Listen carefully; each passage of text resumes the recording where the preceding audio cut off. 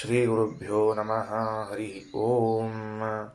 ಪ್ರಾಣಾದೇರೀಶಿತಾರಂ ಪರಮಸುಖನಿಧಿಂ ಸರ್ವದೋಷವ್ಯಪೇತಂ ಸರ್ವಾಂತಸ್ಥಂ ಸುಪೂರ್ಣಂ ಪ್ರಕೃತಿಪತಿಮಜಂ ಸರ್ವಬಾಹ್ಯಂ ಸುನಿತ್ಯಂ ಸರ್ವಜ್ಞಂ ಸರ್ವಶಕ್ತಿಂ ಸುರಮುನಿಮನೋಜಾದ್ಯೈಃ ಸದಾ ಸೇವ್ಯಮಾನಂ ವಿಷ್ಣುಂ ವಂದೇ ಸದಾಹಂ ಸಕಲಜಗದನಾದ್ಯಂತ ಮಾನಂದದಂ ತಂ. ಶ್ರೀ ಗುರುಭ್ಯೋ ನಮಃ. ಈಗ ಆ ಬ್ರಾಹ್ಮಣದ ಗಾರ್ಗಿ ಬ್ರಾಹ್ಮಣದ ವಿವರಣೆಯನ್ನು ನೋಡಿ ಭಾಷ್ಯದಲ್ಲಿ ಆಚಾರ್ಯರು ಪರರು ಮಾಡಿದ ವ್ಯಾಖ್ಯಾನ ಅಷ್ಟಲ್ಲ, ಸಮರ್ಪಕವಾಗಿಯೇ ಇಲ್ಲ. ಮೊದಲನೇದ್ದು ಯಾಕೆ? ಅವರು ಲೋಕದ ಆಧಾರ ಆಧೇಯ ಭಾವಗಳು ಯಾವ ಲೋಕವನ್ನು ಆಶ್ರಯಿಸಿಕೊಂಡಿದೆ ಅಂತನ್ನುವುದನ್ನೇ ತಪ್ಪಾಗಿ ಹೇಳಿದ್ದಾರೆ ಅಂತ ತಿಳಿಸಿಕೊಟ್ಟಿದ್ದಾರೆ. ಯಾಕೆ ಅಂದರೆ ಕೆಳಗಿನ ಲೋಕಗಳು ಮೇಲಿನ ಲೋಕಗಳನ್ನು ಆಶ್ರಯಿಸುವುದು ಹೇಗೆ? ವ್ಯಾವಹಾರಿಕವಾಗಿ ಅಷ್ಟು ಸಮರ್ಪಕ ಅಲ್ಲ. ಹೆಂಗೆ ಹೇಳ್ತಾರೆ ಎಲ್ಲರೂ? ಸಾಮಾನ್ಯವಾಗಿ ಹೆಂಗೆ ಅನುಭವದ ಅಂತಂದ್ರೆ, ಕೆಳಗಿನ ಲೋಕಗಳನ್ನು ಮೇಲಿನ ಲೋಕಗಳು ಆಶ್ರಯಿಸಿಕೊಂಡಿವೆ ಅಂತ ಅನುಭವವಿದೆ ಹೊರತಾಗಿ ಮೇಲಿನ ಲೋಕಗಳು ಕೆಳಗಿನ ಲೋಕಗಳನ್ನು ಕೆಳಗಿನ ಲೋಕಗಳು ಮೇಲಿನ ಲೋಕಗಳನ್ನು ಆಶ್ರಯಿಸಿಕೊಂಡಿದೆ ಅಂತ ಯಾರ ಅನುಭವವೂ ಇಲ್ಲ. ಹಾಗಾಗಿ ಸೂರ್ಯಲೋಕವು ಚಂದ್ರಲೋಕವನ್ನು ಆಶ್ರಯಿಸಿಕೊಂಡಿದೆ ಅಂತ ಹೇಳುವುದು ಹೇಗೆ? ಯಾಕಂದ್ರೆ ಚಂದ್ರಲೋಕ ಇದು ಮೇಲಿರುವಂತಹದ್ದು, ಸೂರ್ಯಲೋಕ ಇದು ಕೆಳಗಿರುವಂತಹದ್ದು, ಅದರಿಂದ ಹಾಗೆ ವ್ಯಾಖ್ಯಾನವನ್ನು ಮಾಡಬಾರದು ಅಂತ ಹೇಳಿದ್ರು. ಇಲ್ಲ, ಲೋಕ ಶಬ್ದದಿಂದ ಆಯಾ ದೇವತೆಗಳನ್ನು ತೆಗೆದುಕೊಳ್ಳುತ್ತೇವೆ ಅಂದರೆ ಸರಿ. ಲೋಕ ಶಬ್ದಕ್ಕೆ ಜಡವಾದ ದೇವತೆಗಳು ಅಂತ ಅರ್ಥ ಮಾಡದೆ ಆ ಲೋಕಾಭಿಮಾನಿಗಳನ್ನು ತೆಗೆದುಕೊಳ್ಳುತ್ತೀರಿ ಅಂದರೆ ಅದಕ್ಕೆ ಒಬ್ಬ ದೇವತೆಯನ್ನು ತೋರಿಸ್ರಿ ಅಂತಾರೆ. ಮರುದೇವತೆಗಳಲ್ಲಿ ಒಬ್ಬನು ಗಂಧರ್ವ ಲೋಕಕ್ಕಿಂತ ಅಧಮನಾಗಿ ಗಂಧರ್ವ ಲೋಕದ ಆಶ್ರಯವನ್ನು ಪಡೆದವನಿದ್ದರೆ ತೋರಿಸ್ರಿ, ಇಲ್ಲವೇ ಇಲ್ಲ. ಹಾಗಾಗಿ ಇಲ್ಲಿ ಅಭಿಮಾನಿ ದೇವತಾ ವಿಷಯವನ್ನು ಹೇಳಬಾರದು, ಲೋಕಗಳ ವಿಷಯವನ್ನು ಹೇಳಬಾರದು, ಮತ್ತೆ ಮುಕ್ತರ ವಿಷಯವನ್ನು ಹೇಳಬೇಕು. ಲೋಕಶಬ್ದದಿಂದ ಅವರ ಸ್ವರೂಪಾನಂದವನ್ನು ಹೇಳಬೇಕು ಅಂತ ಶ್ರೀಮದಾಚಾರ್ಯರು ಸಮರ್ಥನೆ ಮಾಡಿಕೊಟ್ರು. ಇದಿಷ್ಟು ಆಚಾರ್ಯರ ಸ್ವವಾಕ್ಯಗಳು. ಇನ್ನು ನಮಗೆ ಬೇಕಾದದ್ದು ಪ್ರಮಾಣ ಎಲ್ಲಿದೆ ಅಂತ. ಅದಕ್ಕೆ ಉಕ್ತಂಚ ಅಂತ ಪ್ರಾರಂಭ ಮಾಡಲಿಕ್ಕೆತ್ತಾರೆ. ಈಗ ಇಲ್ಲಿ ಪ್ರಾರಂಭವಾದರೆ ಮುಂದೆ ಇದಿಷ್ಟು ಬ್ರಹ್ಮಾಂಡ ಪುರಾಣದಲ್ಲಿ ಬಂದಿರುವಂತಹ ವಾಕ್ಯ. ನಾವು ಬ್ರಹ್ಮಾಂಡ ಪುರಾಣದ ವಾಕ್ಯವನ್ನು ಓದ್ಲಿಕ್ಕೆ ಹೊರಟಿದ್ದೇವೆ. ನೋಡ್ರಿ ಏನಾಗಿದೆ, ಬರೇ ಬ್ರಹ್ಮಾಂಡ ಪುರಾಣ, ವೆಂಕಟೇಶ ಮಹಾತ್ಮೆ, ವೆಂಕಟೇಶ ಸ್ತೋತ್ರಂ ಅಂತ ವೆಂಕಟೇಶೋ ವಾಸುದೇವ ಅಂತ ಕೂತಿರ್ತಿದ್ವಿ. ಅದು ಬ್ರಹ್ಮಾಂಡ ಪುರಾಣದ ಎಲ್ಲಿ ಬಂದದ ಅಂತ ಬ್ರಹ್ಮಾಂಡವನ್ನು ಹುಡುಕಿಕೊಂಡರೂ ಸಿಗೋದಿಲ್ಲ ಇವತ್ತಿನ ಪುರಾಣದೊಳಗೆ. ಅದಕ್ಕೆ ಬ್ರಹ್ಮಾಂಡ ಪುರಾಣದಲ್ಲಿ ಬಂದ ವಾಕ್ಯಗಳನ್ನು ಆಚಾರ್ಯರು ನಮಗೆ ತಿಳಿಸಿಕೊಡ್ತಾ ಇದ್ದಾರೆ. ಏನು ವಾಕ್ಯ? ಆಪಹ ಅಂತದ. ಅದಕ್ಕೆ ಶ್ರೀಮದಾಚಾರ್ಯನ ಅರ್ಥ ಮಾಡಿದ್ರು ಚಕ್ರವರ್ತಿಗಳು ಅಂತ ಅರ್ಥ ಮಾಡಿದ್ರು. ಮೊನ್ನೆ ಪ್ರಶ್ನೆ ಬಂದಿತ್ತು, ಆಪಹ ಅಂತನ್ನುವುದು ಚಕ್ರವರ್ತಿ ಎನ್ನುವ ಅರ್ಥ ಹೇಗೆ ಹೇಳ್ತದೆ ಅಂತ. ಅದು ಅವ್ರ ಪ್ರಶ್ನೆ ಏನು ಮಾಡಿದ್ರು, ಅಕಿನೇ ಯಾರವಳು ಗಾರ್ಗಿ ಏನು ಕೇಳಿದ್ದು, ಯದಿದಂ ಸರ್ವಂ ಅಪ್ಸು ಓತಂಚ ಪ್ರೋತಂಚ, ಇದೇನು ನಮ್ಮ ಕಣ್ಣಿಗೆ ಕಾಣ್ತಾ ಇದೆಯೋ ಇದೆಲ್ಲವೂ ನೀರನ್ನು ಆಶ್ರಯಿಸಿಕೊಂಡಿದೆ, ನೀರಿದೆಯಲ್ಲ ಇದು ವಾಯುವನ್ನು ಆಶ್ರಯಿಸಿಕೊಂಡಿದೆ ಅಂತ ಹೀಗೆ ತಾರತಮ್ಯ ಹೊರಟಿತ್ತು. ಗಾರ್ಗಿ ಕೇಳಿದ ಪ್ರಶ್ನೆಯಲ್ಲಿ ಈ ಮನುಷ್ಯೋತ್ತಮರೇನಿದ್ದಾರೋ ಇವರು ಮುಕ್ತಿಯಲ್ಲಿ ಯಾರನ್ನು ಆಶ್ರಯಿಸಿಕೊಂಡಿದ್ದಾರೆ ಅಂದರೆ ಚಕ್ರವರ್ತಿಗಳನ್ನು ಆಶ್ರಯಿಸಿಕೊಂಡಿದ್ದಾರೆ. ಹಾಗಾದರೆ ಆ ಚಕ್ರವರ್ತಿಗಳನ್ನು ಸೂಚಿಸುವ ತಿಳಿಸುವ ಪದ ಯಾವುದು ಅಂದರೆ ಆಪಹ, ಆ ಪದ ಅಂತ. ಅದು ಹೆಂಗೆ ಆಪಹ ಅಂತನ್ನೋ ಶಬ್ದಕ್ಕೆ ಹೆಂಗೆ ಚಕ್ರವರ್ತಿಗಳು ಅಂತ ಅರ್ಥ ಮಾಡುವುದು? ಯಾಕಂದ್ರೆ ಒಂದು ಶಬ್ದವು ತಾನು ಅರ್ಥವನ್ನು ಹೇಳುವಾಗ ಅದು ರೂಢಿಯಿಂದಾದರೂ ಹೇಳಬೇಕು, ಯೌಗಿಕವಾಗಿಯಾದರೂ ಹೇಳಬೇಕು, ಲಕ್ಷಣಾವೃತ್ತಿಯಿಂದ ಹೇಳಬೇಕು, ಗೌಣೀ ವೃತ್ತಿಯಿಂದ ಹೇಳಬೇಕು. ಹೀಗೆ ವೃತ್ತಿಗಳು ಕೆಲವಿವೆ. ಇದರಲ್ಲಿ ಆಪಹ ಅನ್ನುವ ಶಬ್ದಕ್ಕೆ ಚಕ್ರವರ್ತಿಗಳು ಅಂತ ರೂಢಿಯ ಅರ್ಥವ, ಯೌಗಿಕವಾದ ಅರ್ಥವ, ಗೌಣೀಯ ಅರ್ಥವ, ಲಕ್ಷಣಾರ್ಥವ, ಯಾವ ಅರ್ಥ ಇದು? ಇವುಗಳಿಗೆಲ್ಲ ಬೇರೆ ಬೇರೆ ದೃಷ್ಟಾಂತ ಬೇರೆ ಸಂದರ್ಭದಲ್ಲಿ ಕೊಟ್ಟಿದ್ದೇನೆ, ಆದರೂ ಹೇಳಿರ್ತೀನಿ. ಘಟಃ ಅಂತ ಕರಿತೇವೆ, ರೂಢ್ಯರ್ಥ. ಕುಂಭಕಾರ ಅಂತ ಕರಿತೇವೆ, ಯೌಗಿಕ ಅರ್ಥ. ಯಾಕ? ಆ ಶಬ್ದವನ್ನು ಒಡೆದು ಅದರ ಅರ್ಥವನ್ನು ಹೇಳಿದಾಗ ಅದಕ್ಕೆ ಯೌಗಿಕ ಅಂತ ಕರೀತಾರೆ. ಕುಂಭಂ ಕರೋತೀತಿ ಕುಂಭಕಾರ ಅಂತ ಕರೀತಾರೆ, ಗಡಿಗೆಯನ್ನು ಮಾಡುವನು ಅನ್ನುವುದಕ್ಕಾಗಿ. ಹಾಗಾದರೆ ಘಟಃ ಘಟಃ ಅಂತ ಪದ ಉಚ್ಚಾರಣೆ ಮಾಡಿದರೆ ಅದು ರೂಢಿಯಿಂದ ಘಟವನ್ನು ಕರೀತದೆ, ಪದಾರ್ಥವನ್ನು. ಕುಂಭಕಾರ ಅಂತನ್ನುವುದು ಯೌಗಿಕವಾದ ಪದ, ಕುಂಬಾರನನ್ನು ತಿಳಿಸ್ತದೆ.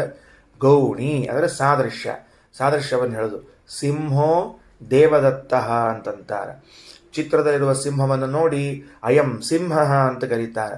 ಅದು ಸಿಂಹ ಅಲ್ಲ, ಅದು ಚಿತ್ರದಲ್ಲಿ ಸಿಂಹ ಶಬ್ದವನ್ನು ಪ್ರಯೋಗ ಯಾಕೆ ಮಾಡಿದ್ದು? ಸಾದೃಶ್ಯ ಮೂಲಕವಾಗಿ. ಅದಕ್ಕೆ ಗೌಣಿ ವೃತ್ತಿ ಅಂತ ಕರೀತಾರೆ. ಇನ್ನು ಗಂಗಾಯಾಮ್ ಘೋಷಃ ಅಂತನ್ನುವಲ್ಲಿ ಗಂಗಾ ತೀರೆ ಘೋಷಃ ಅಂತ ಅರ್ಥ ಮಾಡ್ತೀವಿ, ಲಕ್ಷಣಾವೃತ್ತಿಯಿಂದ ಕರೆಯಲ್ಪಡುತ್ತದೆ, ಆ ಅರ್ಥವನ್ನು ಮಾಡಲ್ಪಡುತ್ತದೆ. ಹಾಗಿದ್ರೆ ಆಪಹ ಅನ್ನುವ ಶಬ್ದವು ಯಾವ ವೃತ್ತಿಯಿಂದ, ಯಾವ ರೀತಿಯಿಂದ ಇಲ್ಲಿ ಚಕ್ರವರ್ತಿಗಳನ್ನು ಕರೆಯಲಾಗುತ್ತದೆ ಹೇಳ್ರಿ ಅಂತ ಪ್ರಶ್ನೆ ಮಾಡಿದರು. ಅದಕ್ಕೆ ಉತ್ತರವನ್ನು ಕೊಡ್ತಾರೆ ಶ್ರೀಮದಾಚಾರ್ಯ. ಆ ಪಿಬಂತ್ಯಖಿಲಾನ್ ಭೋಗಾನ್ ಇತ್ಯಾಪಶ್ಚಕ್ರವರ್ತಿನಃ. ತಗೊಳ್ರಿ, ಏನು ಹೇಳಿಕತ್ತಾರ? ಆ ಪಿಬಂತಿ ಅಖಿಲಾನ್ ಭೋಗಾನ್. ಇಲ್ಲಿ ಚಕ್ರವರ್ತಿಗಳಿಗೆ ಏನು ಅಧಿಕಾರ ಇದೆ ಅಂತ ಪ್ರಶ್ನೆ. ಸಂಸಾರದಲ್ಲಿರುವಾಗ ಚಕ್ರವರ್ತಿಗಳಿಗೆ ಏನು ಅಧಿಕಾರ ಇದೆ ಅಂತಂದರೆ, ಸಮಗ್ರವಾದ ಭೂಮಂಡಲವನ್ನು ಅಖಂಡವಾಗಿ ಆಳುತ್ತಾನೆ ಎನ್ನುವಂತಹ ಒಂದು ಅಧಿಕಾರ ಉಂಟು. ಚಕ್ರವರ್ತಿ ಅಂದರೆ ಏನವನು? ಸಂಪೂರ್ಣವಾದ ಭೂಮಂಡಲ ಅಂದರೆ ಸಪ್ತದ್ವೀಪಗಳಿಂದ ಕೂಡಿದ ಭೂಮಿ, ಸಪ್ತ ಸಾಗರದಿಂದ ಕೂಡಿದ ಭೂಮಿ.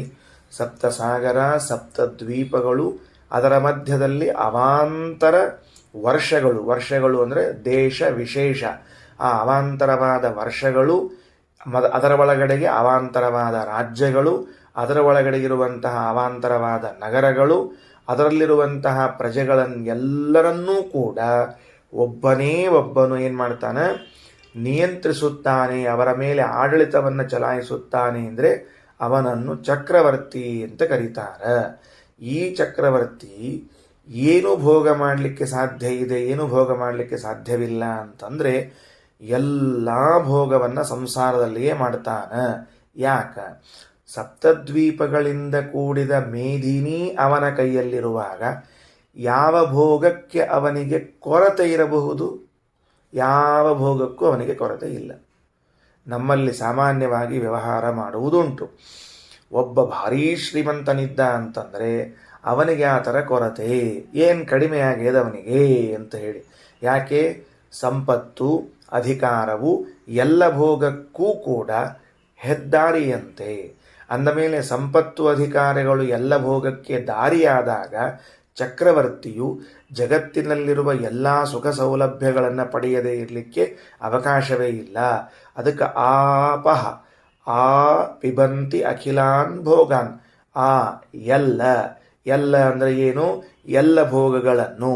ಪಿಬಂತಿ ಅಂದರೆ ಇಲ್ಲಿ ಕುಡಿಯುತ್ತಾನೆ ಅಂತ ಅರ್ಥ ಅಲ್ಲ. ಧಾತೂನಾಂ ಅನೇಕಾರ್ಥತ್ವಾತ್, ಒಂದೊಂದು ಧಾತುಗಳಿಗೆ 10 ಅರ್ಥಗಳಿರ್ತವಾದ್ದರಿಂದ ಎಲ್ಲ ಪದಾರ್ಥಗಳ ಭೋಗವನ್ನು ಮಾಡುತ್ತಾನಾದ್ದರಿಂದ ಅವನನ್ನು ಆಪಹ ಅಂತ ಕರೀಬೇಕು, ಚಕ್ರವರ್ತಿನಃ ಅಂತ ವ್ಯಾಖ್ಯಾನ ಮಾಡಿದ್ದಾರೆ. ಭಾಷ್ಯದ ವಾಕ್ಯ ನೋಡಿಕೊಳ್ಳ್ರಿ. ಮೊದಲನೆಯದ್ದು, ಆ ಪಿಬಂತಿ ಅಖಿಲಾನ್ ಭೋಗಾನ್ ಇತ್ಯಾಪಶ್ಚಕ್ರವರ್ತಿನಃ. ಇಲ್ಲಿ ಭೋಗ ಅನ್ನುವ ಶಬ್ದಕ್ಕೆ ಕೇವಲ ತಿನ್ನುವುದು ಅಂತ ಅರ್ಥ ಅಲ್ಲ, ಭೋಗ ಶಬ್ದಕ್ಕೆ ಅನುಭವಿಸುವುದು ಅಂತ ಅರ್ಥ ಇದೆ. ಹಾಗಾಗಿ ಎಲ್ಲ ವಿಷಯಗಳನ್ನು ಅನುಭವಿಸುತ್ತಾನಾದ್ದರಿಂದ, ಅಂದರೆ ಭೋಗ ಶಬ್ದವನ್ನು ಹಾಕಿದ ಕೂಡಲೇ ಅಥವಾ ಅದರ ಅರ್ಥ ಬಂದ ಕೂಡಲೇ ಏನು ಕರಿಬಾರ್ದು? ಎಲ್ಲಾನು ತಿನ್ನೋದೇ ಅಂತ ಅರ್ಥ ಅಲ್ಲ ಅದಕ್ಕೆ. ಹೀಗಾಗಿ ರೂಪರಸಗಂಧ ಸ್ಪರ್ಶಗಳೇನು ಪಂಚ ಜ್ಞಾನೇಂದ್ರಿಯಗಳಿಂದ ಬರ್ತದೋ ಅವೆಲ್ಲವನ್ನೂ ಕೂಡ ಅವೇನು ಮಾಡ್ತಾನೆ? ಅನುಭವಿಸುತ್ತಾನೆ. ಸರಿ, ಮುಂದೆ ಚಕ್ರವರ್ತಿನಃ ಮುಕ್ತಾಹ. ಮುಕ್ತರಾದ ಚಕ್ರವರ್ತಿಗಳನ್ನು ಆಪಹ ಅಂತ ಕರೀರಿ. ತೇಷಾಂ ವಾಯುಸುತೋ ಚಕ್ರ ನಾಮ ವ್ಯಪಾಶ್ರಯ.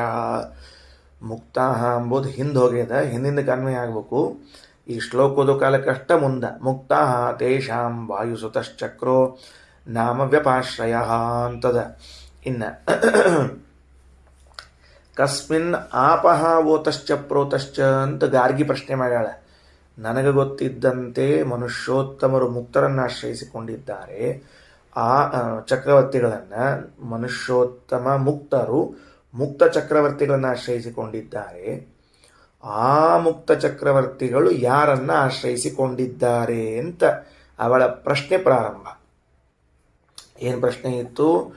ಕಸ್ಮಿನ್ ಆಪಹ ಓತಾಶ್ಚ ಪ್ರೋತಾಶ್ಚ. ಅವಾಗವಾಗ ಚೂರು ಉಪನಿಷತ್ ನೋಡ್ತಿರ್ರಿ, ಅವಾಗವಾಗ ಇಲ್ಲಿ ಬರ್ತೀರಿ ಅಂದರೆ ಗೊತ್ತಾಗ್ತದೆ. ಆಪಹ ಚಕ್ರವರ್ತಿಗಳು ಮುಕ್ತರಾದವರು ಮೋಕ್ಷದಲ್ಲಿ ಯಾರನ್ನು ಆಶ್ರಯಿಸಿಕೊಂಡಿದ್ದಾರೆ ಅಂತ. ಅದಕ್ಕೆ ಉತ್ತರ ಕೊಟ್ಟಿದ್ರು ವಾಯೌ ಅಂತ ಉತ್ತರ ಕೊಟ್ಟಿದ್ರು. ಯಾರು? ಯಾಜ್ಞವಲ್ಕ್ಯರು. ವಾಯುವನ್ನು ಆಶ್ರಯಿಸಿಕೊಂಡಿದ್ದಾರೆ ಅಂತ. ಆ ವಾಯು ಅಂದರೆ ಯಾರು? ಪ್ರಧಾನ ವಾಯುವ, ಮುಖ್ಯ ಪ್ರಾಣದೇವರ, ಅವಾಂತರ ವಾಯುದೇವರ, ಜಡಭೂತವಾದ ವಾಯುವ ಯಾವುದು? ಗೊತ್ತಾಗಲಿಲ್ಲ ನಮಗೆ ಅಂತ ತಿಳ್ಕೊಂಡಂದ್ರೆ ಅದಕ್ಕೆ ಉತ್ತರವನ್ನು ಕೊಡುತ್ತಾರೆ. ತೇಷಾಂ, ಆ ಮುಕ್ತರಾದ ಚಕ್ರವರ್ತಿಗಳಿಗೆ ವಾಯುಸುತಃ, ವಾಯುದೇವರ ಮಗನಾದ ಚಕ್ರಃ ಎಂಬುವನು ವ್ಯಪಾಶ್ರಯ, ವಿಶೇಷೇಣ ಆಶ್ರಯ, ಅವರಿಗೆ ಆಶ್ರಯವನ್ನು ನೀಡಿದವನಾಗಿದ್ದಾನೆ.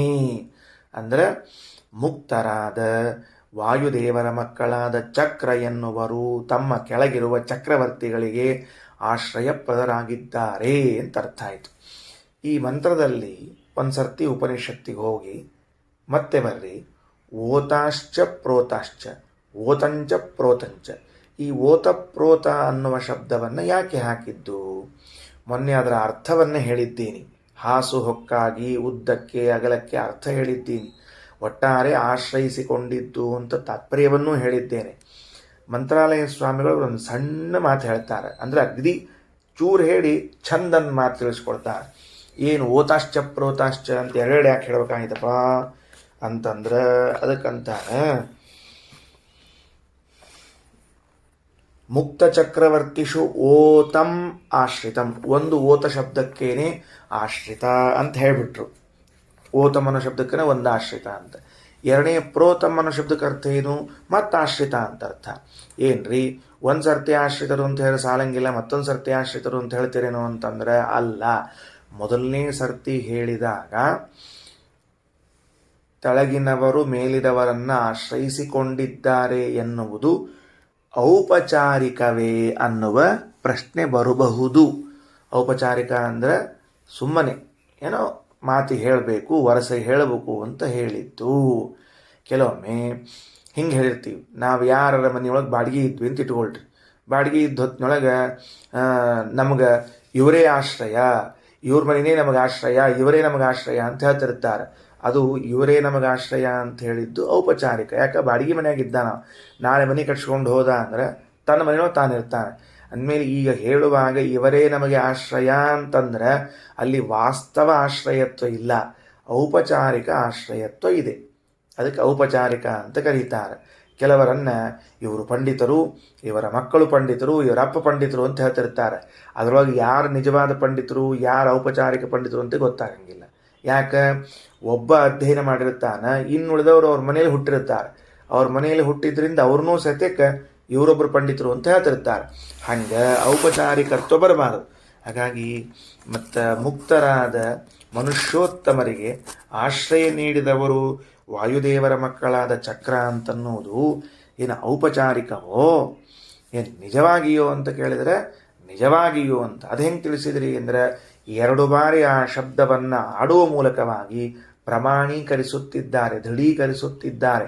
ಓತಾಶ್ಚ ಪ್ರೋತಾಶ್ಚ, ಆಶ್ರಯ ಆಶ್ರಯ, ಸಂದೇಹ ಬೇಡ, ದೃಢ ಮಾಡಿಕೊಳ್ಳ್ರಿ ಅಂತ ಓತಪ್ರೋತ ಅಂತನ್ನುವ ಶಬ್ದಗಳನ್ನು ಬಳಸಲಾಗಿದ್ದದ್ದು ಅಂತ ತಿಳಿಸಿಕೊಟ್ಟಿದ್ದಾರೆ. ಸರಿ ಆಯ್ತಾ? ಅರ್ಥ ಆಯ್ತಾ ಅಂತ ಹೇಳಿದ್ದು. ಇನ್ನು ಮುಂದೆ ಹಾಗಾದರೆ ವಾಯು ಶಬ್ದದಿಂದ ಯಾರನ್ನು ತಗೊಳ್ಬೇಕು ಅಂತ ಆಯಿತು ಅಂದರೆ ಬಂದು ನೋಡ್ರಿ. ವಾಯು ಸುತಃ ಚಕ್ರ, ವಾಯುದೇವರ ಮಗನಾದ ಚಕ್ರನನ್ನು ತೆಗೆದುಕೊಳ್ಬೇಕು ಅಂತ. ಹಾಗಾದರೆ ಏನಾಯ್ತು? ಅಪ್ಸು ಆಪಹ ವಾಯೌ ಅಂತ ಉಪನಿಷತ್ತಿನಲ್ಲಿದ್ದ ವಾಯು ಶಬ್ದಕ್ಕೆ ವಾಯುಸುತ ಅಂತ ಅರ್ಥವೇ ಹೊರತಾಗಿ ಪ್ರಧಾನ ವಾಯು ಅಂತ ಅರ್ಥ ಅಲ್ಲ. ಮೊನ್ನೆ ಹೇಳಿದ್ದೀನಿ, ಈಗ ಪ್ರಮಾಣಗಳನ್ನು ಓದಿ ಅರ್ಥ ಮಾಡ್ತಾ ಇದ್ದೀವಿ. ಹಂಗಾರೆ ಕೆಲವೊಂದು ಸರ್ತಿ ಶಾಸ್ತ್ರ ವೇದಗಳು ಹೆಂಗೆ ಬಳಸ್ತಾವ ಅಂತಾತು, ತಂದೆ ಹೆಸರಿನಿಂದ ಮಕ್ಕಳನ್ನು ಕರಿತಾ ಇರ್ತಾವ ಅಂತಾಯ್ತು. ಈಗ ಯಾಕೆ ವಾಯುಸುತನಿಗೂ ವಾಯು ಅಂತ ಶಬ್ದವನ್ನು ಕರಿತಾ ಇದ್ರೆ ನಾವು ತಿಳಿಯಬಹುದಾದ ಅಂಶ ಏನು ಅಂತಂದ್ರೆ, ಪಿತು ನಾಮ, ತಂದೆಯ ನಾಮ ಮಕ್ಕಳಿಗೆ ಹೇಳಲಿಕ್ಕೆ ಬರ್ತದೆ, ಕರೆದಾರ ಅಂತಾಯಿತು. ಆದ್ದರಿಂದಲೇನೆ ಜಗತ್ತಿನ ತಂದೆಯಾದ ಭಗವಂತನ ನಾಮವನ್ನು ನಮ್ಮೆಲ್ಲರಿಗೂ ಇಟ್ಕೊಂಡಿದ್ದೇವೆ. ನಾವೆಲ್ಲರೂ ಆ ಹೆಸರಿನಿಂದ ಕರೆಸಿಕೊಳ್ತೀವಿ. ನೋಡ್ರಿ, ಈ ಯುಕ್ತಿಗೆ ಅನುಕೂಲ ಆಯಿತು. ಏನು? ನಿನ್ನ ಹೆಸರು ರಾಮ, ನಿನ್ನ ಹೆಸರು ಕೃಷ್ಣ, ನಿನ್ನ ಹೆಸರು ಮುಕುಂದ ಅಲ್ರಿ, ಅವೆಲ್ಲ ದೇವರ ಹೆಸರುಗಳ್ರಿ. ಇವರಿಗೆಲ್ಲ ರಾಮ ಕೃಷ್ಣ ಮುಕುಂದ ಅಂತ ಕರೆದ್ರೆ ಮತ್ತು ದೇವರ ಹೆಸರು ಕರೆದಂಗೆ ಆಗಂಗಿಲ್ಲ. ಏನು ಅಂದರೆ, ಹೇಗೆ ವಾಯುದೇವರ ಮಕ್ಕಳಿಗೆ ವಾಯು ಅಂತ ಕರೀತಾರೋ ಸುತನಿಗೂ ಆ ಹೆಸರು ಕರೆಯುವುದು ಉಂಟು. ಹಾಗೆ ನಾವೆಲ್ಲ ಭಗವಂತನ ಮಕ್ಕಳಾದದರಿಂದ ನಮಗೂ ಆ ನಾಮಗಳನ್ನು ಕರೀಲಿಕ್ಕೆ ಅವಕಾಶವಿದೆ ಅಂತ ತಿಳಿಯಬೇಕು.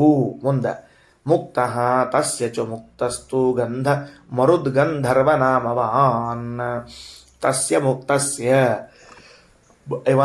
ಮುಕ್ತರಾದ ಚಕ್ರದೇವರು ಚಕ್ರ ಆಶ್ರಯ ಅಂತ ಹೇಳಿದ್ಮೇಲೆ ತಸ್ಯ ಮುಕ್ತಸ್ತು ತಸ್ಯ ಮರುದ್ಗಂಧರ್ವ ನಾಮವಾನ್. ಆ ಚಕ್ರನೆಂಬುವ ವ್ಯಕ್ತಿಗೆ ಗಂಧರ್ವ ನಾಮ ಉಳ್ಳವಂತವನು ಏನಾಗ್ಯಾನ? ಮುಕ್ತನು, ಆಶ್ರಯನಾಗಿದ್ದಾನೆ. ಬಂತು. ಏನು ಬಂತು? ಮರುತ್ ಗಂಧರ್ವ ನಾಮವಾನ್ ಅಂತ ಬಂದದ. ಮರುದ್ದೇವತೆಗಳಲ್ಲಿ ಒಬ್ಬನಾಗಿರುವಂಥವನು ಯಾರು? ಗಂಧರ್ವ. ಹೇಳಿದ್ದೇನೆ ಮೊನ್ನೆ, ಹೇಳುವಾಗ ಬರ್ಕೊಂಡಿದ್ದೀರಿ. ಗಂಧರ್ವ ನಾಮವಾನ್. ಅಲ್ಲಿ ಮರುತ್ತು ಗಂಧರ್ವ ನಾಮವಾನ್ ಅಂತನ್ನುವಲ್ಲಿ ಇಲ್ಲಿ ಮರುತ್ ಶಬ್ದಕ್ಕೆ ವಾಯುದೇವರ ಮಗನಾದ ಇದು ಗಂಧರ್ವ ಅಂತ ಅರ್ಥ ಹೊರತಾಗಿ ಮರುದ್ದೇವತೆಗಳಲ್ಲಿ ಒಬ್ಬನಾದವನು ಅಂತ ಅರ್ಥ ಅಲ್ಲ. ಸರಿಯದ. ಮುಂದದ ಆಚಾರ್ಯ ಹೇಳ್ಯಾರ ಮರುತ್ ಸುತಃ ಅಂತ ಹೇಳ್ಯಾರ, ಮುಂದಲ್ಲಿ ಹೇಳ್ಯಾರ ಮುಕ್ತ ತಸ್ಯ ಚ ಮುಕ್ತಸ್ತು ಮರುತ್ ಗಂಧರ್ವ ನಾಮವಾನ್ ಅಂತಂದ್ರೆ ಆ ಮರುತ್ ಶಬ್ದಕ್ಕೆ ಏನರ್ಥ ಮಾಡಿಕೊಳ್ಬೇಕು? ವಾಯು ಸುತ ಅಂತ ಅರ್ಥ ಮಾಡಿಕೊಳ್ಳ್ರಿ. ಮತ್ತೆ ಯಥಾ ಪ್ರಕಾರ ಸರಿ, ಆ ವಾಯುದೇವರ ಮಕ್ಕಳಾಗಿರುವಂತಹ ಗಂಧರ್ವರು ಚಕ್ರನಿಗೆ ಆಶ್ರಯನಾಗಿದ್ದಾರೆ. ಇವ ಅಣ್ಣ. ಅದರ ಮುಂದೆ ಆ ಗಂಧರ್ವನಿಗೆ ಆಶ್ರಯ ಮಾಡಿದವರು ಯಾರು ಅಂತ ಕೇಳಿದ್ರೆ ಅದಕ್ಕೆ ಅವರು ಅಂತರಿಕ್ಷ ಅಂತ ಕರೀತಾ ಇದ್ದಾರೆ. ಸರಿನಾ? ಅಂತರಿಕ್ಷ ಅಂತ ಕರೆದ ನೆನಪದ ಇಲ್ಲ ಮತ್ತದು ವಿಷಯ. ಆಗ ಇಲ್ಲೇನಾಗಿತ್ತು? ಈ ಮನುಷ್ಯೋತ್ತಮರು ಚಕ್ರವರ್ತಿಗಳನ್ನು ಆಶ್ರಯಿಸಿಕೊಂಡಿದ್ದಾರೆ ಅಂತನ್ನುವಲ್ಲಿ ಲೋಕ ಶಬ್ದ ಬರಲಿಲ್ಲ. ಅದರ ಮುಂದೆ ಆ ಚಕ್ರವರ್ತಿಗಳು ವಾಯುವನ್ನು ಆಶ್ರಯಿಸಿಕೊಂಡಿದ್ದಾರೆ ಎನ್ನುವಲ್ಲಿ ಲೋಕ ಶಬ್ದ ಬರಲಿಲ್ಲ. ಆ ವಾಯುವು ಗಂಧರ್ವರನ್ನು ಅಲ್ಲ, ಗಂಧರ್ವ ಲೋಕವನ್ನು ಆಶ್ರಯಿಸಿಕೊಂಡಿದ್ದಾರೆ ಅಂತ ಬಂತು. ಆ ಗಂಧರ್ವ ಲೋಕವು ಅಂತರಿಕ್ಷ ಲೋಕವನ್ನು ಆಶ್ರಯಿಸಿಕೊಂಡಿದೆ ಅಂತ ಬಂದದ. ಸರಿನಾ? ಈಗ ಯಾಕೆ ಲೋಕ ಶಬ್ದ ಬಂತು ಅಂತ ಹೇಳಿದ್ವಿ.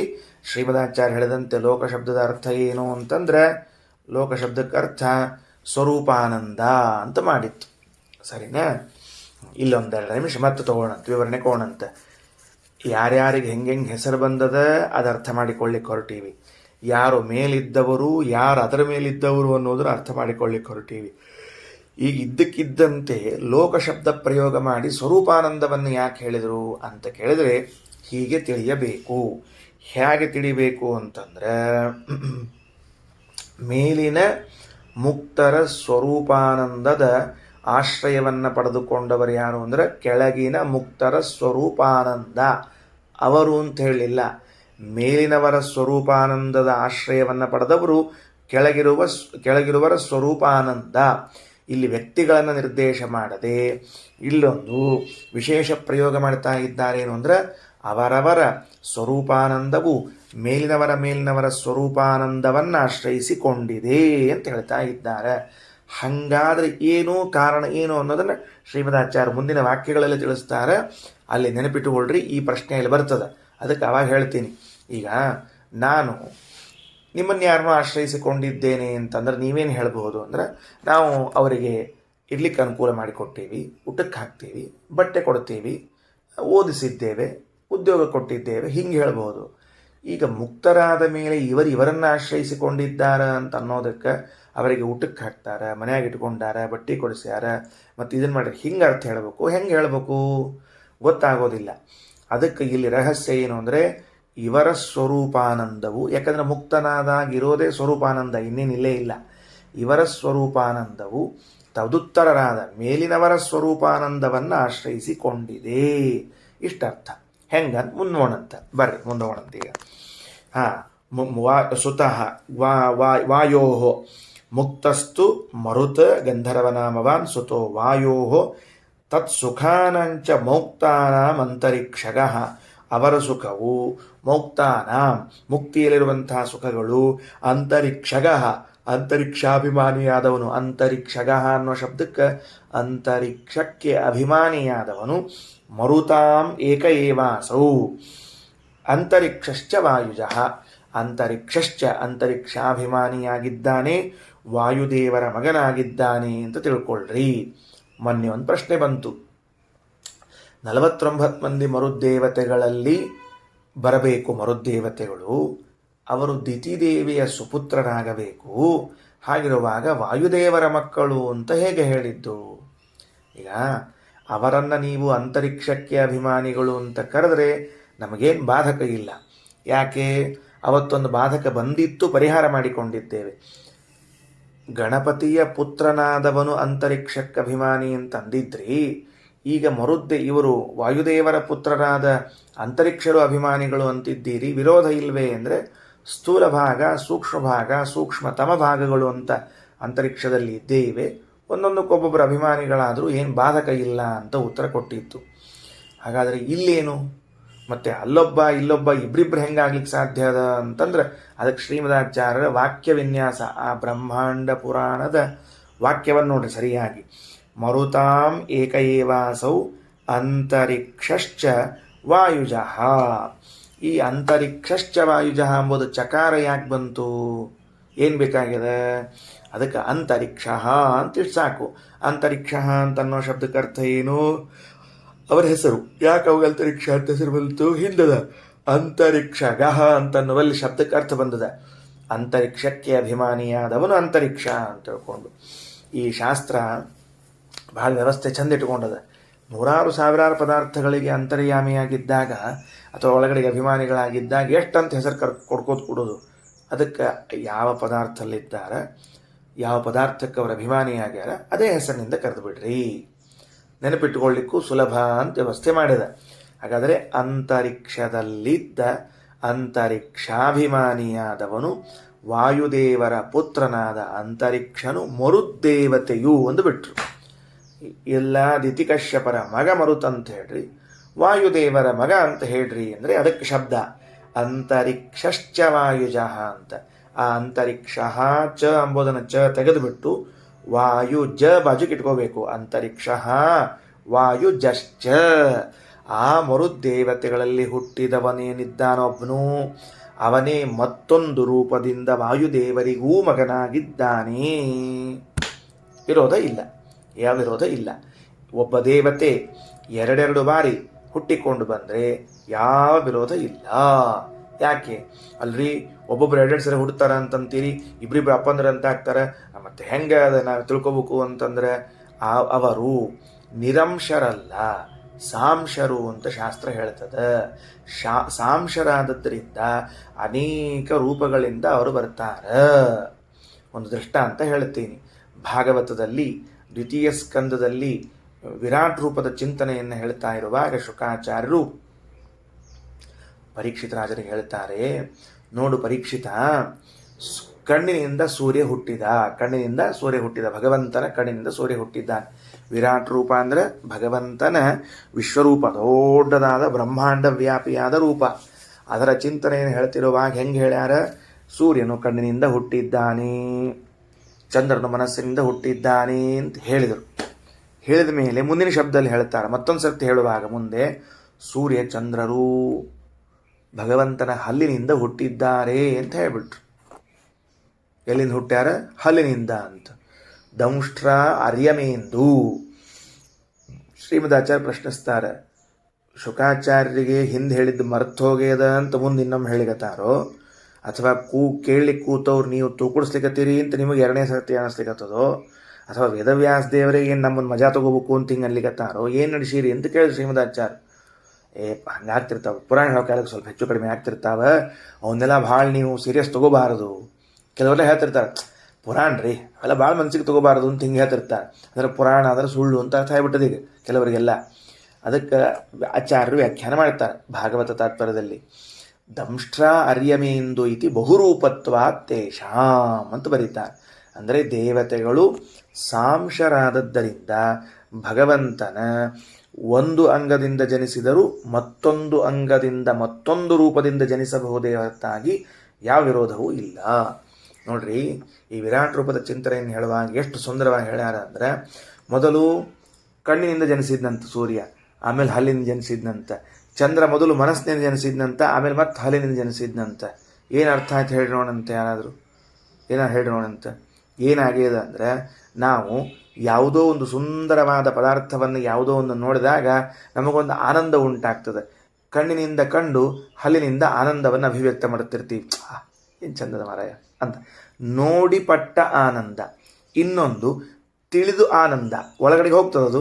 ಹಾಗಾಗಿ ತಿಳುವಳಿಕೆಗೆ ಕಾರಣ ಯಾರು? ಮನಸ್ಸು. ಅದಕ್ಕೆ ಅಭಿಮಾನಿ ಯಾರು? ಚಂದ್ರ. ಹಾಗಾದರೆ ಮನಸ್ಸಿನಿಂದ ತಿಳಿದಾಗ ಆಗುವ ಆನಂದ ಮತ್ತೆ ಹಲ್ಲಿನಲ್ಲಿ. ನೋಡಿದ ಆನಂದ ತಿಳಿದ ಆನಂದಗಳೆರಡೂ ಆಗುವುದು ಇಲ್ಲಿಂದ. ಇದಕ್ಕೆ ಯಾರನ್ನ ಅಭಿಮಾನಿ ಮಾಡಿಟ್ಬಿಟ್ಟಾನ ದೇವರು? ಸೂರ್ಯಚಂದ್ರನ ಮಾಡಿದ್ದಾನೆ. ಅದಕ್ಕೋಸ್ಕರ ಒಮ್ಮೆ ಕಣ್ಣಿನಿಂದ, ಒಮ್ಮೆ ಹಲ್ಲಿನಿಂದ, ಒಮ್ಮೆ ಮನಸ್ಸಿನಿಂದ, ಒಮ್ಮೆ ಹಲ್ಲಿನಿಂದ ಅಂತ ಭಗವಂತ ಹೀಗೆ ಸೃಷ್ಟಿ ಮಾಡಿದ್ದಾನೆ.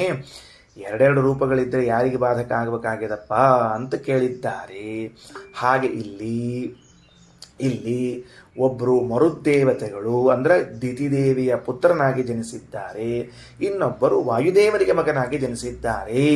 ಅವರ ಅದೃಷ್ಟ, ಅವರ ಕರ್ಮ, ಅವರ ಪುಣ್ಯ ಹಾಗಿದೆ. ಋಷಿಪುತ್ರರಾಗಿ ಜನಿಸುವ ಭಾಗ್ಯವೊಂದು, ವಾಯುದೇವರ ಮಕ್ಕಳಾಗಿ ಜನಿಸುವ ಭಾಗ್ಯವೊಂದು ಇರುವಂತಹದ್ದಾಗಿದೆ. ಅದಕ್ಕೆ ಹೇಳಿದರು ಅಂತರಿಕ್ಷ ಮರುತಾಮೇಕೈವಾಸೌ ಅಂತರಿಕ್ಷಶ್ಚ ವಾಯುಜಃ ಅಂತ ತಿಳಿಸಿಕೊಟ್ಟಿದ್ದಾರೆ. ಸುಖಾನಂಚ ಮುಕ್ತಾನಾಂ ಆನಂದ ಸೂರ್ಯರೂಪಕಾಃ. ಆ ಅಂತರಿಕ್ಷಾಭಿಮಾನಿಯಾದ ವಾಯುದೇವರ ಸುಖಗಳು ಆದಿತ್ಯ ಲೋಕೇಶು ಸೂರ್ಯನ ಆ ಸ್ವರೂಪ ಸುಖದ ಅಧೀನವಾಗಿವೆ. ಸೌರಾಣಂಚಾಪಿ ಮುಕ್ತಾನಾಂ ಆನಂದಾಶ್ಚಂದ್ರರೂಪಕಾಃ. ಆ ಸೂರ್ಯನ ಸ್ವರೂಪಾನಂದಗಳು ಮುಕ್ತರಾಗಿರುವಾಗ ಚಂದ್ರನ ಅಧೀನವಾಗಿವೆ ಅಂತ ಹೇಳಿದರು. ಅಲ್ರಿ, ನೀವು ಸೂರ್ಯ ಚಂದ್ರನ ಅಧೀನವನ್ನು ಹೇಳಿಕೊಡ್ತೀರಿ, ಸ್ವಲ್ಪ ತಾರತಮ್ಯ ನಿಮ್ಮಲ್ಲೇ ಬಿಟ್ಟು ಹೋದಂಗೆ ಕಾಣಿಸ್ತದೆ. ಯಾಕೆ? ಸೂರ್ಯನ ಆನಂದವು ಬೇಡ, ಸೂರ್ಯನು ಚಂದ್ರನ ಅಧೀನನಾಗಿದ್ದಾನೆ ಮುಕ್ತಿಯಲ್ಲಿ ಅಂತ ಇಷ್ಟಿಟ್ಕೊಳ್ರಿ, ಆನಂದ ಅಂತ ಗೊತ್ತಾಗ್ತದೆ. ಇದು ಹೇಳಿದಾಗ ನಿಮಗೆ ಸ್ವಲ್ಪ ತಾರತಮ್ಯ ಜ್ಞಾನ ಇರ್ತದೋ ಇಲ್ಲೋ? ಯಾಕಂದ್ರೆ ಯಮ, ಸೂರ್ಯ, ಚಂದ್ರ ಶತರೂಪಾದೇವಿಯರು ಇವರು 4 ಜನರು ಸಮಾನವಾದ ಕಕ್ಷೆಯಲ್ಲಿ ಬರ್ತಾರೆ. ಅಂದರೆ ಸೂರ್ಯಚಂದ್ರರು ಸಮಾನರು, ಯಮಸೂರ್ಯಚಂದ್ರರು ಸಮಾನರು, ಯಮಸೂರ್ಯಚಂದ್ರ ಶತರೂಪಾದೇವಿಯರು ಸಮಾನರಾದವರು. ಹೀಗೆ ಸಮಾನವಾದ ಕಕ್ಷೆಯಲ್ಲಿ ಇರುವರನ್ನ ಏನು ಹೇಳಿಕತ್ತೀರಿ ನೀವು ಅಂದ್ರೆ, ಸೂರ್ಯ ಚಂದ್ರನ ಆಶ್ರಯಿಸಿಕೊಂಡಿದ್ದಾನೆ. ಸಮಾನ ಕಕ್ಷಾ ಅಂತ ಯಾಕೆ ಅನ್ಬೇಕು? ಹಂಗಾರೆ ಚಂದ್ರ ಉತ್ತಮ ಕಕ್ಷಾ ಅನ್ಬೇಕು. ಸಮಾನ ಕಕ್ಷಾ ಅಂತ ಅನ್ನೋದರ ಅರ್ಥ ಏನು ಅಂತ ಕೇಳಿದ್ರೆ, ಇಬ್ಬರೂ ಯೋಗ್ಯತೆಯಲ್ಲಿ ಸಮಾನರಾಗಿದ್ದಾರೆ ಅಂತ ಅರ್ಥದ. ಇಬ್ಬರೂ ಯೋಗ್ಯತೆಯಲ್ಲಿ ಸಮಾನರಾಗಿದ್ದಾರೆ ಅಂತ ಹೇಳುವಾಗ ಈ ಮಾತು ಹೇಳಬೇಕು. ಕೆಲವೊಮ್ಮೆ ಅಲ್ಲಿ ಇಲ್ಲಿ ಸಣ್ಣ ಸಣ್ಣ ತಾರತಮ್ಯ ಇರ್ತದಂತ ಇಟ್ಕೊಳ್ರಿ.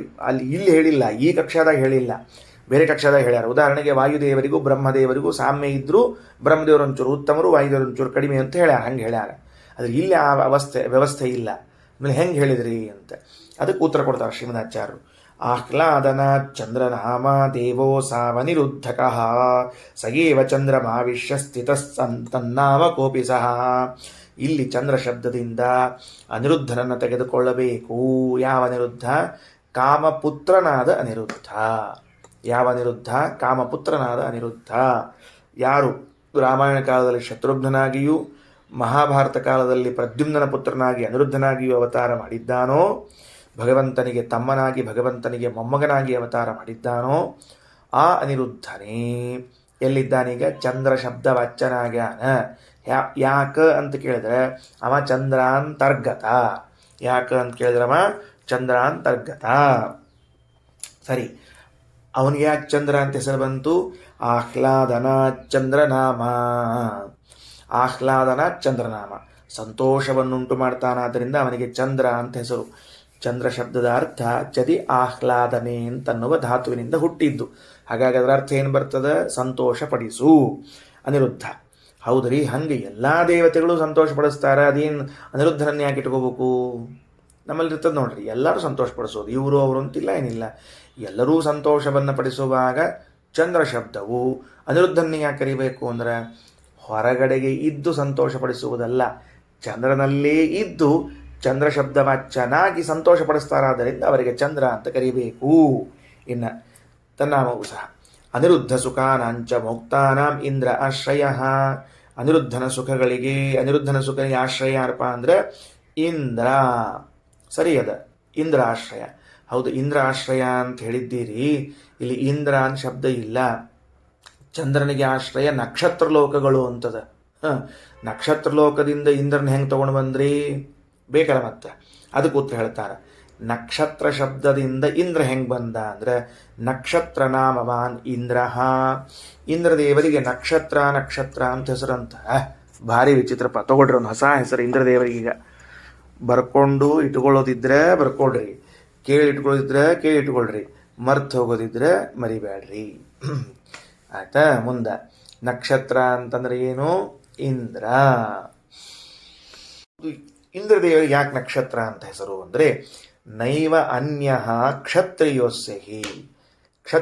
ಕ್ಷತ್ರಿಯ ಅನ್ನೋ ಶಬ್ದ ಅರ್ಥ ತಿಳ್ಕೊಂಡ್ರೆ ಅಲ್ರಿ, ನಕ್ಷತ್ರ ಶಬ್ದದ ಕ್ಷತ್ರಿಯ ಯಾಕೆ ಬಂತಿದ್ದು ಸೂಸುಗಳಂದ್ರೆ ಹೇಳ್ತೀವಿ.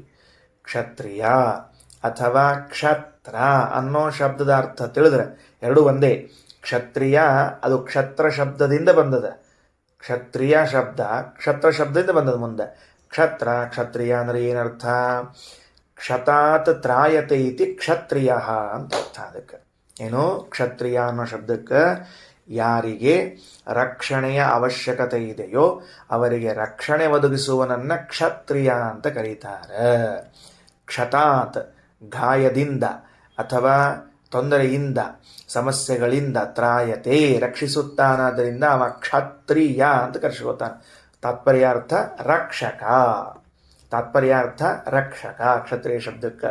ಹಾಗಾದರೆ ಕ್ಷತ್ರಿಯದಲ್ಲಿನ ಕ್ಷತ್ರ ಅಂದ್ರೆ ರಕ್ಷಕ ಅಂತ ಅರ್ಥ. ನಕ್ಷತ್ರ ಅಂದ್ರೆ ರಕ್ಷಕರಿಲ್ಲ ಅಂತ ಅರ್ಥ. ಕ್ಷತ್ರ ರಕ್ಷಕ, ನ ಪ್ಲಸ್ ಕ್ಷತ್ರ ನಕ್ಷತ್ರ ರಕ್ಷಕರಿಲ್ಲ ಅಂತ. ಏನ್ರಿ ಹಿಂಗಂತೀರಿ? ಇಂದ್ರದೇವರಿಗೆ ನಕ್ಷತ್ರ ಅಂತ ಕರಿತೀರಿ ಅಂತಂದ್ರೆ ಅದಕ್ಕಂತಾರ ಇಂದ್ರದೇವರಿಗೆ ಇನ್ಯಾರೂ ರಕ್ಷಕರಿಲ್ಲ. ಇನ್ಯಾರೂ ರಕ್ಷಕರಿಲ್ಲ. ಹೌದು, ಸ್ವಯಂ ಅವರೇ ಮೂರು ಲೋಕಗಳನ್ನು ರಕ್ಷಿಸುತ್ತಿರುವಾಗ ಅವರಿಗೆ ಯಾರು ರಕ್ಷಕರು? ಅವರಿಗೆ ಯಾರು ರಕ್ಷಕರು? ಮನೆ ಯಜಮಾನನಿದ್ದಾನೆ, ಅವನಿಗೆ ಏನು ಹೆಸರು ಕರಿಬಹುದು? ಯಜಮಾನ ಅಂತ ಕರೆದಂತೆ ಅಯಜಮಾನ ಅಂತ ಕರಿಬಹುದು. ಏನ್ರಿ ಯಜಮಾನ ಅಂತ ಕರಿಬಹುದು, ಅಯಜಮಾನ ಅಂತ ಕರಿಬಹುದು ಅಂದ್ರೆ ಅವ ಮನೆ ಮಂದಿಯನ್ನೆಲ್ಲ ನೋಡ್ಕೋತಾನ, ಅವನಿನ್ಯಾರು ನೋಡ್ಕೊಳ್ಳೋರಿಲ್ಲ. ಅವ ಅಯಜಮಾನ. ಅವ ಯಜಮಾನ ಯಾಕಂದ್ರೆ ಅವನು ಯಾರು ನೋಡ್ಕೊಳ್ಬೇಕಾಗಿಲ್ಲ, ಅವನೇ ಮನೆ ಯಜಮಾನ ಅಂತ. ಹಂಗೆ ಇಂದ್ರದೇವರೇ ಇಡೀ ಮೂರು ಲೋಕಗಳನ್ನು ನೋಡ್ಕೊಳ್ತಾರೆ. ಅವ್ರು ರಕ್ಷಣೆ ಮಾಡೋರು ಮತ್ತಾರಿಲ್ಲ. ಆದ್ದರಿಂದ ಇಂದ್ರದೇವರಿಗೆ ನಕ್ಷತ್ರ ಅಂತ ಕರೀತಾರೆ. ಏನು ಸ್ವಾಮಿ, ನಿಮಗೆ ಶಬ್ದ ಹೇಳಿಕ್ಕೆ ಬರ್ತದೆ, ಹೇಳ್ತೀರಿ ಅಂತ ತಿಳ್ಕೊಂಡು ನಕ್ಷತ್ರ ಶಬ್ದವನ್ನು ಇಂದ್ರದೇವರಿಗೆ ಕೂಡಿಸಿ ಅವ್ರು ಯಾರು ರಕ್ಷಕರಿಲ್ಲ ಅಂತ ಹೇಳ್ತಿದ್ದೀರಲ್ಲ ಅಂದರೆ, ಹೌದು, ಬ್ರಹ್ಮದೇವರು ಇಂದ್ರದೇವರು ರಕ್ಷಣೆ ಮಾಡೋದಿಲ್ವ? ಗರುಡದೇವರು ವಾಯುದೇವರು ಇವರು ಇಂದ್ರದೇವರು ರಕ್ಷಣೆ ಮಾಡೋದಿಲ್ವ? ಅಂದ ಮೇಲೆ ಮೇಲಿನ ದೇವತೆಗಳಿದ್ದಾರೆ, ಹೋಗ್ಲಿ ಬಿಡ್ರಿ. ಕೆಳಗೆ ಭಾಳ ಮಂದಿ ಇದ್ದಾರೆ, ಮೇಲೆ ಭಾಳ ಮಂದಿ ಇಲ್ಲ. ಯಾಕೆ ಮೇಲೆ ಭಾಳ ಮಂದಿ ಇಲ್ಲ ಅಂದ್ರೆ ಗರುಡಶೇಷ ರುದ್ರದೇವರು ವಾಯುಬ್ರಹ್ಮರು 5 ಮಂದಿ ದೇವತೆಗಳಲ್ಲಿ, ಲಕ್ಷ್ಮೀನಾರಾಯಣರು 7 ಮಂದಿ, ಟೋಟಲ್ಲಿ 7 ಮಂದಿ. 7 ಮಂದಿನ ಬಿಟ್ಟರೆ ಇನ್ಯಾರು ಭಾಳ ಮಂದಿ ಇಲ್ಲ ಅಂತ ಇಟ್ಕೊಳ್ರಿ. ಆದರೂ 7 ಜನರಾದರೂ ಇವರನ್ನು ರಕ್ಷಣೆ ಮಾಡಲಿಕ್ಕಿದ್ದಾಗ ರಕ್ಷಕರೇ ಇಲ್ಲ ಅಂತನ್ನುವ ಅವಧಾರಣಾರ್ಥಕವಾಗಿ ಅಷ್ಟೆಂಗೆ ಗಟ್ಟಿ ಹೇಳಿಬಿಟ್ರಿ ಇಲ್ಲ ಯಾರಿಲ್ಲ ಅಂತ ತಿಳ್ಕೊಂಡು ಅಂತಂದರೆ ಅದಕ್ಕೆ ಉತ್ತರ ಕೊಡ್ತಾರೆ ಆಚಾರ್ಯರ ಭಾಷ್ಯದಲ್ಲಿ. ತಗೊಳ್ರಿ, ವಿದ್ಯತೆ ತ್ರಿಷು ಲೋಕೇಶು. ಇಲ್ಲಿ ಹೇಳುವ ಅಭಿಪ್ರಾಯ ಏನದ ಅಂದರೆ ಇಂದ್ರದೇವರಿಂದ ರಕ್ಷಿತವಾದ ಭೂಹು ಭುವಃ ಸ್ವಹ ಎಂಬ 3 ಲೋಕಗಳಲ್ಲಿ ಅವರನ್ನ ರಕ್ಷಣೆ ಮಾಡುವ ವ್ಯಕ್ತಿಗಳು ಯಾರೂ ಇಲ್ಲ. ಮೇಲಿನ ಲೋಕಗಳೇನಿವೆ ಅವುಗಳಲ್ಲಿ ಇದ್ದವು ರಕ್ಷಣೆ ಮಾಡೋರು 100 ಮಂದಿ ಇದ್ದಾರೆ. ನಾವು ಆ ವಿವಕ್ಷಾದಿಂದ ಹೇಳಿಲ್ಲ. ಬ್ರಹ್ಮಾದ್ಯಾಸ್ತು ಊರ್ಧ್ವಲೋಕಗ, ಬ್ರಹ್ಮಾದಿಗಳಲ್ಲಿದ್ದಾರೆ, ಊರ್ಧ್ವಲೋಕದಲ್ಲಿದ್ದಾರೆ. ಹಾಗಾದರೆ ನಕ್ಷತ್ರ ಶಬ್ದದಿಂದ ಇಂದ್ರ ಅನ್ನುವ ಅರ್ಥವನ್ನು ಯಾವ ಅಭಿಪ್ರಾಯದಲ್ಲಿ ಹೇಳುತ್ತಿದ್ದೇವೆ ಅಂದರೆ, ಇಂದ್ರದೇವರಿಂದ ಪಾಲಿತವಾದ ಭೂಲೋಕ, ಭುವೋಲೋಕ, ಅಂತರಿಕ್ಷ ಲೋಕಗಳು ಅಥವಾ ಸ್ವರ್ಗಲೋಕಗಳು, ಈ ಲೋಕಗಳಲ್ಲಿ ಯಾರೊಬ್ಬರು ಅವನನ್ನು ರಕ್ಷಣೆ ಮಾಡುವುದಿಲ್ಲ, ಅವರೇ ಎಲ್ಲರ ರಕ್ಷಣೆ ಮಾಡ್ತಾರ ಅನ್ನೋ ಅಭಿಪ್ರಾಯದಲ್ಲಿ ನಕ್ಷತ್ರ ಅಂತನ್ನುವ ಶಬ್ದವನ್ನು ಇಂದ್ರದೇವರಿಗೆ ಬಳಸುತ್ತಿದ್ದಾರೆ. ಅರ್ಥ ಆಯ್ತಲ್ಲ? ಸರಿ, ನಕ್ಷತ್ರ ಅನ್ನೋ ಶಬ್ದದ ಅರ್ಥವನ್ನು ಹೀಗೆ ಮನನ ಮಾಡಿಕೊಳ್ಳ್ರಿ ಅಥವಾ ಬರೆದುಕೊಳ್ಳ್ರಿ. ಇಂದ್ರದೇವರಿಂದ ನಕ್ಷತ್ರ ಅಂತ ಬರ್ಕೊಳ್ರಿ, ಅದರ ಮುಂದೆ ಈಸಿಕೊಲ್ಟು ಹಾಕ್ಕೊಂಡು ಹಿಂಗೆ ಬರ್ಕೊಳ್ರಿ. ಇಂದ್ರದೇವರಿಂದ ನಕ್ಷತ್ರ ಅಂತ ಬರ್ಕೊಂಡು ಈಸಿಕೊಲ್ಟು ಹಾಕ್ಕೊಂಡು ಇಂದ್ರದೇವರಿಂದ ಪಾಲಿತವಾದ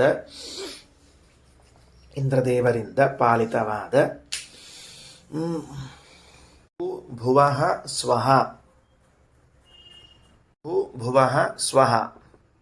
ಎಂಬ 3 ಲೋಕಗಳಲ್ಲಿ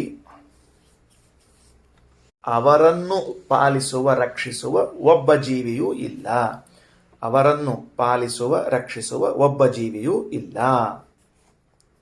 ಹಾಗಾಗಿ ಇಂದ್ರ ಅಂತ ಅರ್ಥ ಬರ್ಕೊಳ್ರಿ. ಹಾಗಾಗಿ ಇಂದ್ರ ನಕ್ಷತ್ರ ಶಬ್ದ ಬರ್ಕೊಂಡಿರಿ, ಈಸಿಕೊಲ್ಟು ಹಾಕ್ಕೊಂಡು ಇಂದ್ರ ಅಂತ ಅರ್ಥ ಬರ್ಕೊಂಡ್ರಿ. ಆನಂದಾನಾಂ ತಥೈಂದ್ರಾಣಾಂ ಮೌಕ್ತಾನಾಂ ದೇವ ಆಶ್ರಯಃ. ಆನಂದಾನಾಂ ತಥೈಂದ್ರಾಣಾಂ ಮೌಕ್ತಾನಾಂ ದೇವ ಆಶ್ರಯಃ. ಐಂದ್ರಾಣಾಂ ಆನಂದಾನಾಂ, ಇಂದ್ರದೇವರ ಆನಂದ ಮುಕ್ತರಾದಾಗ ಯಾರ ಆಶ್ರಯದಲ್ಲಿರ್ತದ? ದೇವ ಆಶ್ರಯ, ದೇವ ಎಂಬುವರು ಆಶ್ರಯ ಕೊಟ್ಟಿದ್ದಾರೆ. ಯಾರಪ್ಪ ಅವರು? ದೇವ ಅಂತಂದ್ರೆ ರುದ್ರದೇವರು ಅಂತ ಅರ್ಥ. ರುದ್ರದೇವರು ಇಂದ್ರದೇವರಿಗೆ ಆಶ್ರಯವನ್ನು ನೀಡಿದ್ದಾರೆ ಅಂತ ತಿಳಿಬೇಕು. ಅದೇಂಗ್ರಿ ಆಚಾರ? ದೇವ ಶಬ್ದದಿಂದ ಇಂದ್ರದೇವರು ಅಂತಿದು ರುದ್ರದೇವರು ಅಂತ ಅರ್ಥ ತಗೊಳ್ರಿ. ದೇವೇತಿ ಲಿಂಗನಾಮ ಸ್ಯಾತ್ ಲಿಂಗಾತ್ಮ ರುದ್ರ ಉಚ್ಯತೆ. ದೇವ ಅನ್ನುವ ಶಬ್ದವು ಲಿಂಗ ಅಂತೂ ಅರ್ಥ ಕೊಡ್ತದ. ದೇವ ಎನ್ನುವುದು ಯಾರ ಹೆಸರು? ಲಿಂಗದ ಹೆಸರು. ಲಿಂಗ ರೂಪದಲ್ಲಿ ಇದ್ದವರು ಯಾರು ಅಂದರೆ ರುದ್ರದೇವರು. ಹಾಗಾಗಿ ದೇವ ಆಶ್ರಯ ಅಂದ್ರೆ ಲಿಂಗ ಆಶ್ರಯ ಅಂತ ಅರ್ಥ. ಲಿಂಗ ಆಶ್ರಯ ಅಂದ್ರೆ ಲಿಂಗಾತ್ಮಕರಾದ, ಲಿಂಗಸ್ವರೂಪದಿಂದ ಲೋಕದಲ್ಲಿ ಪೂಜ್ಯರಾದ ರುದ್ರದೇವರೇ ಇಂದ್ರದೇವರಿಗೆ ಆಶ್ರಯರಾಗಿದ್ದಾರೆ ಅಂತ ಅರ್ಥವನ್ನ ಮಾಡಿಕೊಳ್ಳ್ರಿ. ದೇವೇತಿ ಲಿಂಗನಾಮ ಸ್ಯಾತ್ ಲಿಂಗಾತ್ಮ ರುದ್ರ ಉಚ್ಯತೆ. ಶ್ರೀಕೃಷ್ಣಾರ್ಪಣಮಸ್ತು.